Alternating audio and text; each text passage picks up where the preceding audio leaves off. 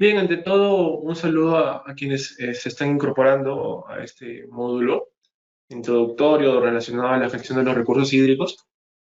Como ya han mencionado, este, como siempre es de costumbre, ¿no? Un saludo al Club de Abogados, porque básicamente siempre nos se reserva un tiempo para justamente hablar un poco de normativa en materia ambiental y en esta oportunidad relacionada a la gestión de los recursos hídricos, ¿no?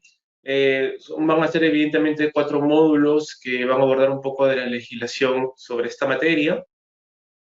A su vez vamos a abordar también un módulo adicional para resolver preguntas y respuestas sobre la información que se va a proporcionar justamente en este curso virtual. Bien, sin más, básicamente vamos a presentar un poco el logro de esta sesión. La idea es que ustedes conozcan un poco de los aspectos principales relacionados a la evolución de esta legislación en particular. Es una legislación que quizás podemos mencionar, al igual que la legislación minera, tiene larga data, incluso se remonta mucho antes de lo que es la formación del Estado peruano. Y en esa línea, pues vamos a comentar un poco cómo ha evolucionado, hasta dónde ha llegado y qué evidentemente líneas adicionales requiere a nivel de fortalecimiento. Seguido de ello, también vamos a hablar un poco justamente sobre cómo se componen los recursos hídricos en un contexto global y nacional. Y finalmente, pues vamos a hablar un poco de políticas, ¿no? Las políticas son importantes en la medida de que esto impulsa justamente la línea de actuación estatal relacionado obviamente a la gestión, en este caso particular de los recursos hídricos, considerando a su vez de que, bueno, pues aparte de una política nacional del ambiente, existe también unas políticas específicas relacionadas a la gestión de los recursos hídricos, o que evidentemente pues no están en vías de actualización en la medida de que, bueno, ya tienen cierto tiempo de ejecución. Pero sin perjuicio de ello, también vamos a dar unos comentarios sobre dichas políticas. Bien, considerando lo anterior, entonces, en este módulo, la idea es que ustedes tengan un panorama general tanto del contexto de los recursos hídricos como a nivel de evolución histórica, como también, pues, ¿no? A nivel de tratamiento, a nivel de planes y políticas. Bien, ok. Entonces, hay que preguntarnos exactamente dónde inicia la regulación de los recursos hídricos en el caso de este territorio, ¿no? Que hoy día es conocido como territorio peruano. Lo cierto es que, si bien es cierto, ¿no? Podemos remontarnos a nivel de documentación escrita eh, relacionada justamente a la regulación sobre recursos hídricos. También es importante considerar que ya en el antiguo Perú, época precolombina, la gestión del agua era una gestión, sobre todo en los valles de la costa, sumamente principal, en la medida de que conocemos obviamente el ecosistema costero, completamente, bueno, no completamente, sino básicamente salpicado por algunos valles, ¿no? Un panorama desértico entre estos, y la disponibilidad hídrica no era muy abundante, como por ejemplo la vertiente del Atlántico. Esto impulsó al hombre antiguo, pues evidentemente, a gestionar este recurso. Sabemos que existe en la actualidad diversa infraestructura, ¿no? Justamente de índole hidráulica relacionado a los antiguos peruanos, ¿no? Entonces, si bien es cierto, eh, tenemos antecedentes escritos relacionados a la gestión de los recursos hídricos en la época de la colonia, también es importante mencionar que ya desde antes, ¿no? Había cierta gestión en la provisión del agua, ¿no? Tanto en los valles de la costa como incluso, ¿no? Yéndonos un poquito más allá a nivel de la cosmovisión andina, tenía evidentemente también una significancia espiritual, ancestral, relacionada evidentemente al culto al agua. Entonces, cuando los occidentales llegan a estas tierras, en realidad ya había cierto manejo del recurso hídrico y de seguro, porque evidentemente no tenemos esos datos, pero de seguro habían reglas de juego, reglas de actuación respecto a justamente la gestión de los recursos hídricos, ¿no? No conocemos a detalle ese punto, pero sí podemos mencionar de que cuando evidentemente se llega a estas tierras, ya había una repartición, por lo menos a nivel justamente de caciques, ¿no? Respecto a ciertos valles, de las tierras y de los recursos contenidos en estas, ¿no? Esto evidentemente implicaba la gestión del recurso hídrico. Es así que ya básicamente 4 años posterior a la llegada de los españoles a estas tierras, ¿no? En 1536, el emperador, ¿no?, español de aquel entonces, Carlos V, dispuso que el mismo orden que habían tenido los indios, ¿no?, en la división y el repartimiento de las aguas, se asegurase y se practicase entre los españoles, ¿no?, que tuvieron repartidas las tierras y que para esto intervengan los mismos naturales que antes lo habían tenido a su cargo, ¿no?, cuyo parecer debía ser regadas. Esta línea nos da a entender de que, en efecto, la colonia se inserta, ¿no?, en una gestión del recurso hídrico que ya se estaba dando. Como menciono, los valles, sobre todo, que eran controlados hasta ese momento, ¿no?, por representantes de los incas, ¿no?, y de los gobernantes naturales de cada valle, justamente abordaban, ¿no?, una forma en cómo se podía gestionar el recurso hídrico, considerando evidentemente, pues, ¿no?, la ubicación geográfica, considerando los ecosistemas determinados, ¿no? Siendo hoy así, ¿no?, esto también da el punto de partida de que la gestión de los recursos hídricos desde ese entonces en adelante va a tener un enfoque un tanto patrimonial, lo cual a la larga, ¿no?, y ya entrada en el siglo XX, va a tener justamente una serie de problemas que finalmente va a haber una reestructuración que me imagino cuando lleguemos a ese punto ustedes muy bien las van a identificar y entenderán por qué tiene la lógica vigente respecto a la gestión del agua en nuestras normas actuales, ¿no? Toda vez de que básicamente a mitad del siglo XX esta lógica patrimonial, netamente patrimonial, va a variar, ¿ok? Y va a variar porque evidentemente pues había toda una serie de problemáticas relacionadas a la gestión del agua. Esto inicia, como vuelvo a mencionar, justamente por el tema o la visión un tanto patrimonial, materialista, si se quiere denominar de esa manera, de la gestión de los recursos hídricos previo a la colonia y la continuidad de esta gestión posterior justamente a la llegada de españoles, ¿ok? Bien, lo cierto es que evidentemente hubieron ordenanzas reales que en cierta medida empezaron a gestionar el agua, se crearon evidentemente regulaciones que reforzaron esta idea patrimonial sobre los valles, con lo cual evidentemente esto implicaba que quien dominase, ¿no?, en cierta medida a nivel territorial, un valle en particular, véase una hacienda y demás, también era dueño, en cierta medida, de los recursos que estaban dentro del mismo, ¿no?, lo cual incluía obviamente al recurso hídrico, ¿ok? Sin perjuicio de ello, ya entrado en el siglo XIX, evidentemente, pues, albores de los años 20 de ese siglo, inicia todo un proceso de independencia en lo que es Sudamérica, lo cual, pues, tarde o temprano llega a Perú, ¿ok? Llegando a Perú, por la primera corriente libertadora, que es en este caso la corriente libertadora de San Martín, ¿no?, o del sur, eh, él se nombra, ¿no?, o tiene el cargo básicamente de protector a efectos de conducir obviamente la campaña de independencia de bueno, del virreinato de aquel entonces del Perú. Sin perjuicio de ello, lo cierto es que, ¿no?, 1821, 22, ¿no?, eh, la campaña, evidentemente, que estaba aconteciendo en el centro del Perú con la convergencia de la corriente libertadora del sur, generaba en cierta medida una idea peculiar. Por un lado teníamos la costa que estaba siendo liberada, y por otro lado teníamos la Sierra Sur, que todavía estaba bajo las huestes realistas y seguía bajo el panorama normativo de, evidentemente, la colonia. Pero ¿qué sucedía con las tierras, en cierta medida, de la costa que estaban siendo liberadas o también se estaban proclamando a sí mismos a nivel de independencia, como lo ocurría en el norte del país? En esta línea, evidentemente, no teníamos una constitución como tal. La constitución recién entra en vigencia, o la primera constitución que nosotros tenemos, recién inicia como tal, que se promulga en 1823. No obstante ello, ya anteriormente ya había justamente tierra liberada. ¿Qué sucedía entonces en ese momento? ¿Cómo es que a nivel de regulación y en cierta medida de regulación que también impacta a los recursos hídricos, se gestionaba todo ese tipo de situaciones? Entonces, para ello, básicamente, el protector, en este caso, don José de San Martín, ¿no?, promulga en primer medido un instrumento que luego va a ser reemplazado por otro. Generalmente se le conoce a estos instrumentos como estatuto y reglamento provisional. Estos documentos podríamos catalogarlos en cierta medida como de rango constitucional en el tema de que justamente su contenido pues tendría, ¿no?, cierta relevancia a nivel de norma supra.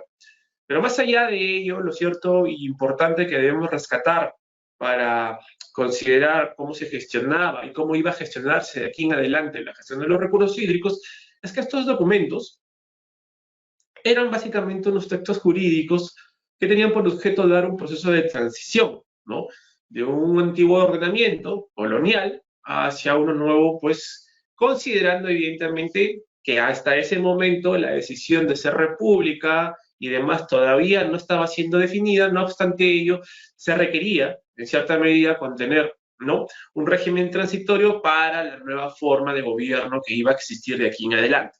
En esa línea, el estatuto provisional lo que enmarca, ¿no?, algo interesante, es que genera compatibilidad con las normas de la colonia, en tanto estas pues no se opongan a la finalidad independizadora de esta joven nación o república que se estaba gestando.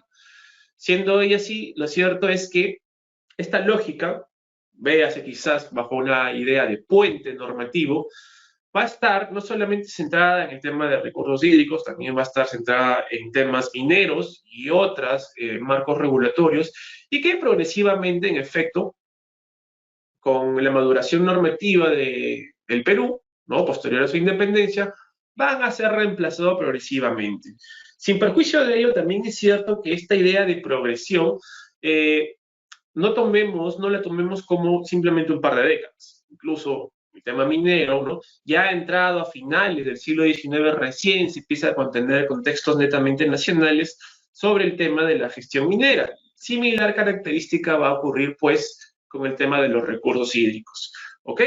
Pero, básicamente, para ir de manera progresiva en esta evolución, lo cierto es que una de las primeras medidas que se adopta ya en la joven república, considerando de que la Constitución de 1823 y la Constitución de 1826 constituyen en realidad normas que en la práctica no fueron implementadas de manera pues prolongada, toda vez de que hubo todo un proceso histórico que impidió que la Constitución de 1823 se implementase por básicamente la campaña de intermedios, y la de 1826 por considerar evidentemente un tanto impopular, considerada evidentemente como la Constitución vitalicia, aunque fue gestionada y gestada por Simón Bolívar, ¿no?, y por obvias razones, evidentemente, pues no fue de mucho grado, siendo que, en cierta medida, el punto de partida, ¿no?, de la evolución normativa a nivel constitucional va a ser la Constitución de 1828, considerada también la Constitución madre,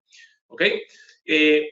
Sin perjuicio de eso, ¿no?, una de las cosas iniciales que se empezó a rescatar del antiguo ordenamiento colonial, en el marco, obviamente, de la gestión de los recursos hídricos, era el famoso establecimiento, ¿no?, de jueces privativos de agua, en las mismas condiciones que se llevaban antes de la independencia, ¿no? Resulta que, como habíamos mencionado, ¿no?, esta idea de rescatar la gestión que venía de la era precolombina e insertarla en la era colonial con el enfoque eminentemente patrimonial, ¿no?, aseguraba a su vez pues muchos conflictos a nivel justamente de derechos. ¿Esto qué implicaba? Pues que en efecto pues había discrepancias respecto a la colindancia de un terrateniente, de una hacienda, o de un territorio en particular frente a otra en un mismo valle. Siendo que, bueno, pues en esas épocas, a falta de georreferenciación, a falta de delimitación, como se tiene a día de la fecha, pues las controversias siempre estaban presentes, ¿no? En esa línea, ¿no?, en la época colonial, los jueces privativos justamente administraban justicia para delimitar, en efecto, pues, ¿no?, los derechos de acceso, bueno, los derechos de aprovechamiento del recurso hídrico. Por lo cual, esta institución jurídica se viene a restituir a partir de 1836. Ya en 1855 se establece justamente una serie de instancias justamente para poder administrar justicia, lo cual se establecía, ¿no?, una idea de doble instancia a efectos de poder, ¿no?, tener una revisión de lo actuado en la primera, ¿ok? En esto básicamente se empieza a madurar, ¿no?, lo que hoy día se conoce justamente como esta jurisdicción respecto a la gestión del recurso hídrico. De igual forma, en 1873 se dispuso, ¿no?, que, por ejemplo, cada provincia se organizase, ¿no?, en una comisión compuesta de 13 agricultores nombrados por el gobierno, ¿no?, a su vez, ¿no?, el juez de primera instancia, el síndico municipal de distrito y el ingeniero departamental, para que se establecen, pues, ¿no?, reglas que debían sujetarse a la distribución de las aguas. Esto podríamos catalogar como uno de los primeros antecedentes institucionales de la gestión, eh, no integral, pero sí que aborda en cierta línea, pues, ¿no?, un desarrollo que a día de hoy se conoce como gobernanza del agua o gobernanza hídrica. En esa medida, los tomadores de decisión, en este caso en particular para la Administración de Justicia, involucraban a su vez, ¿no?, que sean, en cierta medida, pues, representantes del lugar, a efectos, ¿no?, de que puedan, ¿no?, solamente tener esta visión territorial, sino también técnica y de justicia respecto a las controversias relacionadas al tema del agua y justamente su gestión como tal. Pero, como habíamos comentado, la legislación de los recursos hídricos, eh, per se, básicamente todavía tenía un gran sustento devenido de las ordenanzas de la colonia. ¿Ok? Sin embargo, ya recién entrado el siglo XX, el Perú va a contar con una primera legislación que en realidad venía, ¿no?, de manera progresiva implementándose en el siglo XIX, pero que se consolida con una codificación, que es el famoso, pues, Código de Aguas, ¿no? El Código de Aguas va a ser el primer texto normativo, en cierta medida gestado, evidentemente, en la República como tal, que va a regular de manera integral la gestión del recurso hídrico. Cabe destacar que este código estuvo vigente hasta 1969, cual fue reemplazado por la famosa Ley General de Aguas, o Ley de Aguas, como también se denomina, de la cual vamos a hablar más adelante. Pero, en efecto, este fue el primer texto que contenía una serie de regulaciones que, como ya habíamos mencionado, reflejaba o rescataba todavía esa idea patrimonial que venía obviamente de la época colonial. ¿Ok? Es así que, por ejemplo, se establecía que el derecho de propiedad de las aguas se establecía conforme justamente a la configuración de la titularidad del predio en donde se encontrase estas. Por lo cual, por ejemplo, si un titular de un predio agrícola, en cierta medida dentro del mismo, había, pues, ¿no?, un discurrir de agua superficial, de agua superficial, de cuerpo superficial de agua, se entendía que en cierta medida le pertenecía en tanto, pues, así lo gestionase. ¿Ok? En esa medida, el Código de Aguas mencionaba esta titularidad a aquellos cuerpos de agua, ¿no?, o la propiedad sobre el agua en donde se encontraban, discurrían o incluso nacían, ¿ok?, dichos cuerpos de agua, dicho recurso hídrico, y evidentemente con eso refleja el carácter patrimonial que se tenía para aquel entonces, ¿ok? A su vez, pues esto consolidó un poco el statu quo, ¿no?, relacionado justamente a los tenedores del territorio, y lo cual involucra, pues, ¿no?, a hacendados y demás, ¿no?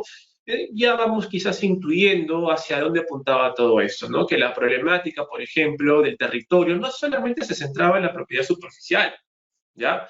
No solamente se centraba en la capacidad agrícola para poder producir de acuerdo justamente a la titularidad de esta, sino que también se extendía en esa línea a los recursos hídricos. ¿Ok? No obstante ello, también es importante considerar que este código de aguas también arroja, ¿no?, una de las primeras pinceladas de lo que va a ser la configuración posterior, la cual va a haber un cambio de paradigma sobre la gestión del recurso hídrico. Y es que el mismo código también señalaba que el recurso hídrico, ¿no?, concretamente aquellos provenientes de ríos, torrentes y arroyos, eran de dominio público, en tanto no habrían sido objeto de apropiación anterior o sus excedentes, ¿no? ¿Esto qué involucraba? Pues involucraba que en aquellos lugares donde no había un territorio donde tendría evidentemente titularidad de particular, se entendía que el mismo le pertenecía al Estado por ser de dominio público, lo cual evidentemente más se aplicaba en la selva, que era más inexplorada, no así pues en los valles de la costa que ya habían sido debidamente intervenidos desde incluso antes de la colonia, como habíamos comentado, ¿no? Pero, como ya hemos indicado, ¿no? Esta visión netamente patrimonialista, latifundista, si se quiere, generaba, pues, ¿no? Un cierto desmedro en pequeños agricultores, ya ni qué decir en comunidades campesinas, ¿no? Lo cual también, pues, a su vez generaba una concentración de tierras respecto justamente a los hacendados. Cabe destacar, por ejemplo, que a nivel constitucional, a 1902, pues los pueblos originarios y comunidades campesinas y nativas no estaban reconocidos como tal. Tuvieron que esperar recién hasta 1920, en la Constitución de 1920, la Constitución que inicia el denominado oncenio de Leguía, en cuyo contenido por primera vez, ¿no?, se reconoce la existencia de estos pueblos, ¿no? Siendo que, pues, a partir de ese entonces va a haber una progresión a no solamente su reconocimiento, sino también una restitución en cierta medida histórica, ¿no?, de ciertos derechos que, bueno, pues van incluso anterior a la época colonial. No obstante ello, pues, como vuelvo a reiterar, la configuración del Código de Aguas todavía fomentaba el latifundio, fomentaba la concentración de tierras en desmedro justamente de comunidades y agricultores, conforme lo indicado, ¿ya? Sin perjuicio de ello, la intervención del Estado justamente en relación de los recursos hídricos todavía se limitaba, ¿no? Era más que todo se limitaba a su distribución y sobre todo a resolver conflictos, ¿no? Era una labor que, como habíamos comentado, devenía, ¿no?, de la colonia y consideraba, pues, a su vez que el enfoque patrimonial que tenía, pues, se ajustaba justamente con este rol de resolver entre particulares el acceso al agua, ¿ya? Pero también es cierto que el Código de Aguas no implicaba, pues, no más allá atribución alguna, en tanto el Estado no se desarrollaba funciones como, por ejemplo, el mejoramiento de la infraestructura de riego y la realización de obras de irrigación, ¿ok? Básicamente, pues, se centraba en una idea de que esto, bueno, pues podría devenir, ¿no?, de la inversión privada, en tanto, pues, hubiese un territorio particular que sea de titularidad de privado para que pueda gestionar este tipo de obras, ¿no? Consideración que, como hemos mencionado, va a cambiar progresivamente, ¿ya? El cambio sustancial va a producirse, pues, en un contexto que también es cierto, también es correcto mencionarlo, no fue tampoco un contexto tan democrático que digamos, ¿no? Básicamente se dio, y en realidad ya venía de antes, ¿no?, de ciertos regímenes militares que se concreta finalmente en un golpe, ¿no?, iniciado en octubre del 68, y en esa línea, pues, ¿no?, un gobierno militar dispone en esa forma lo que ustedes ya conocen, me imagino, como la famosa reforma agraria.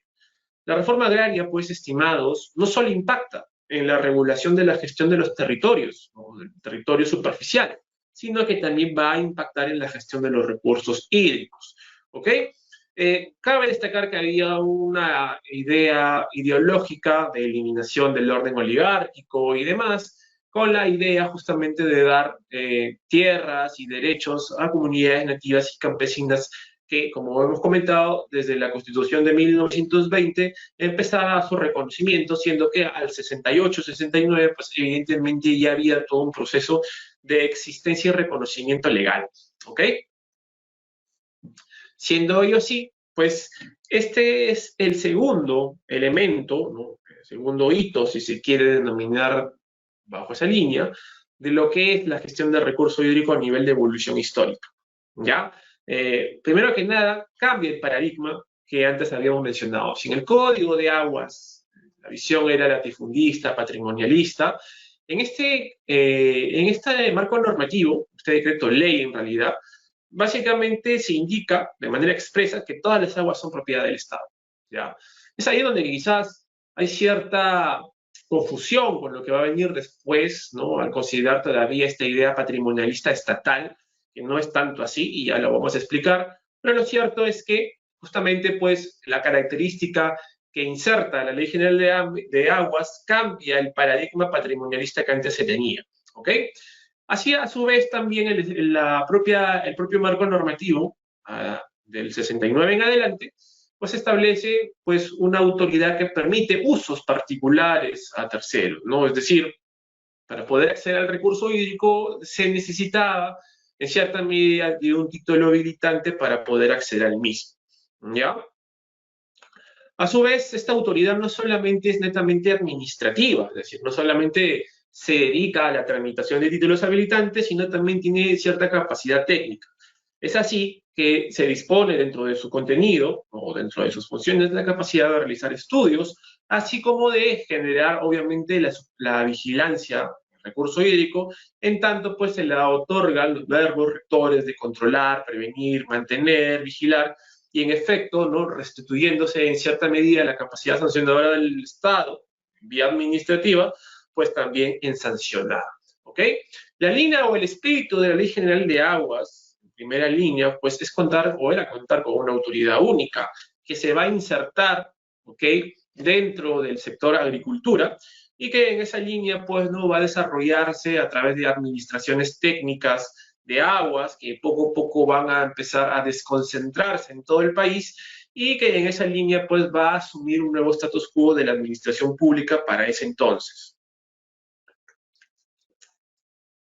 No obstante ello, si bien es cierto, este es el punto de partida, esta norma en realidad nos va a acompañar hasta el año 2009, bueno, 2010, si quieren entender desde el reglamento de la Ley de Recursos Hídricos, y evidentemente pues es un largo periodo, con lo cual también involucra que progresivamente esta ley iba a sufrir cambios, ¿no?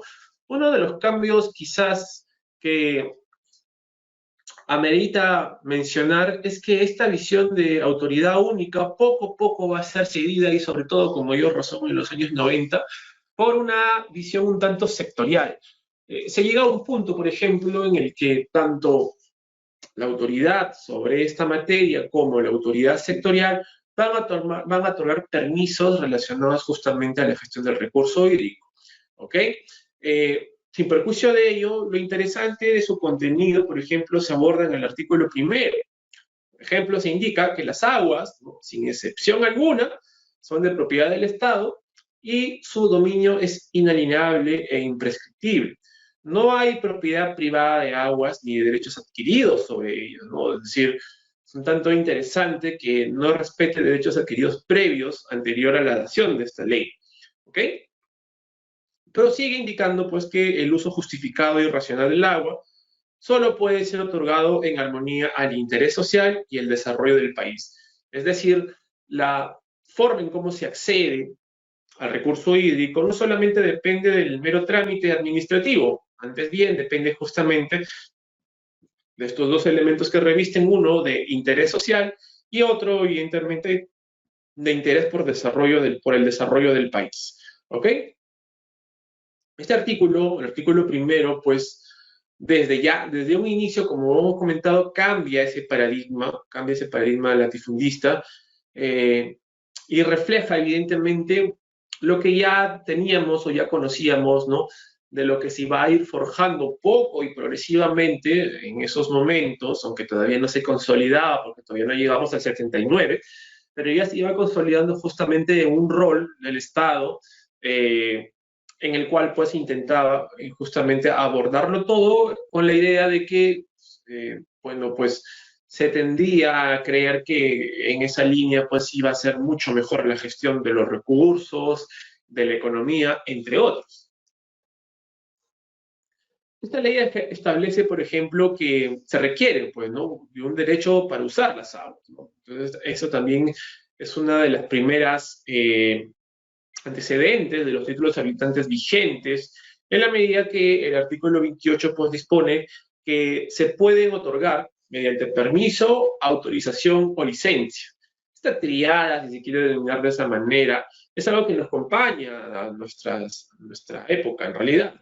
la ley vigente en materia de recursos hídricos también justamente tiene esta configuración, ¿no? Por lo tanto, el antecedente más próximo de la ley vigente es este famoso artículo 28 de la Ley General de Aguas, ¿no? Había una excepción, ¿no? Por ejemplo, de satisfacer necesidades primarias de la población, que es algo que también nos acompaña. Y dicho sea de paso, ¿no? Esto es en realidad una característica propia a materia de gestión de recursos naturales, porque va a estar presente en legislación forestal, va a estar presente en legislación de recursos hidrobiológicos, entiéndase pesquero-acuícolas, y evidentemente pues, ¿no? en de recursos hídricos. A su vez, también otra institución que en cierta medida nos ha acompañado hasta nuestras fechas, en realidad, es el orden de preferencia. Es decir, si bien es cierto, ¿no? Hay diversas actividades humanas que existen en la actualidad, lo cierto es que se entiende que la primera, el uso del agua por temas de necesidades primarias o abastecimiento poblacional, considerando lo vital que es para la persistencia de la vida, debe estar por encima justamente de otro tipo de actividades, ¿no? Siendo hoy así, ¿no? Ya en el mismo, la Ley General de Aguas, su artículo 27, se establece justamente esta jerarquía de preferencia que también va a acompañar en la legislación vigente, ¿ok? A su vez también, pues, se establecía que de manera, ¿no? A nivel de prelación se iba a preferir el tema de cría y explotación de animales, ¿no?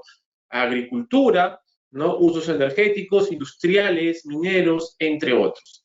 Cabe destacar que, por cierto, el tema del uso de excepción para satisfacer necesidades primarias se sobreentiende que esta configuración, me olvidaba comentarlo, no requiere, pues, ¿no? de título alguno, basta simplemente la necesidad de poder estar, bueno, basta en primer término estar ubicados en la zona, en una zona en concreto, por falta, evidentemente, de algún servicio de agua potable y demás, se infiere de que de manera directa para satisfacer necesidades primarias, ¿no? Se puede adquirir justamente el recurso hídrico sin la necesidad de un permiso correspondiente.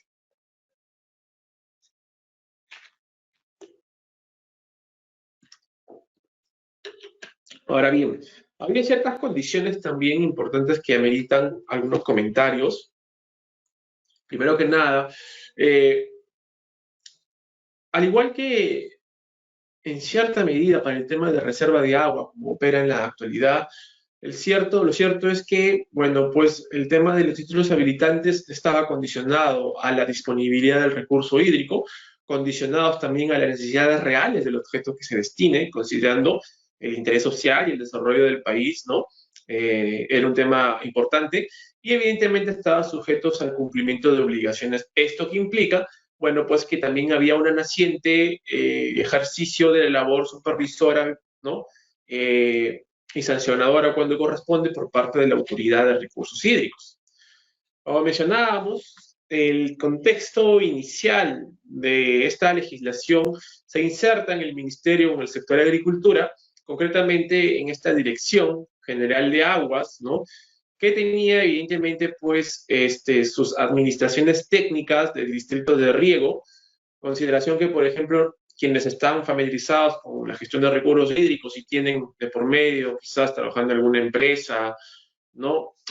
O proyecto quizás, ¿no? Van a encontrarse, si este es de larga data, en efecto, pues licencias que datan, ¿no? De los años 80, 70 o 90, en las cuales se advierte que hay una resolución administrativa, una resolución técnica administrativa, justamente firmada por un director técnico de riego, en el cual, pues, ¿no? Se otorga el derecho a usar el agua, ¿no? Y esto deviene, ¿no? Justamente de estos grandes antecedentes. Pero como vuelvo a reiterar, progresivamente esta institucionalidad del agua va a cambiar, va a variar más que todo en los años 90, porque va a haber pues ciertos cambios normativos que son de gran relevancia comentar. Bien, la autoridad de agua también evidentemente coordinaba bajo la Ley General de Aguas con una junta de usuarios, ¿no? Y autoridades de la región agraria. Esto es otro gran antecedente de la gobernanza del agua, ¿no? Y sobre todo, pues, ¿no? De lo que vendría luego mi famosa gestión de cuencas, ¿ya? En esa línea, pues, se formulaba bajo el carácter de coordinación con la Junta de Usuarios y las autoridades de esa región, pues planes, ¿no?, de cultivo, planes de riego también, teniendo en cuenta justamente las realidades hidrológicas, ¿no?, y agrológicas del distrito. El enfoque, evidentemente, de Cuenca no nace con la ley de gestión de recursos, o la ley de recursos hídricos actuales, ya está presente en la ley general de agua, considerando justamente la razón particular para gestionar el recurso hídrico, considerando a su vez pues las características particulares de cada valle, sobre todo en la costa, la disponibilidad hídrica también del mismo, porque no cada valle tiene las mismas características a nivel de disponibilidad hídrica, y en esa línea pues ameritaba, ¿no?, una gestión particular de manera personalizada por cada uno de estos espacios. ¿Ok? También había obligaciones de usuarios de agua para cada distrito de riego organizarse a efectos de tener representatividad. ¿Ya? Ahora bien, en cierta línea inicia todo un proceso también de reforma institucional. Se crean las autoridades autónomas de Cuenca, ¿okay?, que en cierta medida podríamos considerarlos parecidos a las AAA. Se redujo el Ministerio de Agricultura. Esta famosa Dirección General de Aguas pasa al INRENA y cada sector se constituye una autoridad ambiental. Esto que hemos comentado es básicamente la fotografía de los años 90, ¿no? En los años 90 cambia completamente la estructura, toda vez de que, en efecto, ya habíamos pasado por la Constitución del 79 y estábamos a portas, o ya iniciando la del 93, y el enfoque del Estado iba a ser subsidiario, ¿no? En esa línea había que reducir justamente el aparato estatal y también, evidentemente, pues ameritaba esto una reorganización, siendo que, en este caso en particular, sobre todo en el 93, cuando nace INRENA, ¿no?, el famoso Instituto de Recursos Naturales, que hasta el día de la fecha algunos funcionarios o administrados lo recuerdan y mencionan a los gobiernos regionales o al CERFOR como INRENA, pues bajo esa línea justamente se establece ciertas competencias a esta nueva entidad, el INRENA, que se atribuía, ¿no?, o se le atribuía competencias forestales, competencias evidentemente de fauna silvestre, de áreas naturales protegidas y también competencias sobre el tema del recurso hídrico, considerando a su vez que el INRENA estaba dentro del sector de agricultura en la medida de que no había sector ambiente en aquel entonces. Pero, como comentamos, ¿no?, hubo una ruptura en la legislación. No sé si tenemos acá el gráfico, o creo que más adelante lo vamos a ver, donde se advierte, pues, ¿no?, que hasta ese entonces la legislación en materia ambiental y de recursos naturales estaba completamente dispersa, ¿no? Ya se tenía, por ejemplo, inicios de los 90, legislación sobre el tema pesquero, legislación sobre el tema forestal, pero no había, ¿no?, una legislación articuladora que generase en cierta medida pues una regulación ordenada, ¿no?, una regulación predictible respecto a los recursos en general, los recursos naturales. Y es así que, en efecto, el Estado, pues, ¿no?, sobre todo a finales de la gestión del Congreso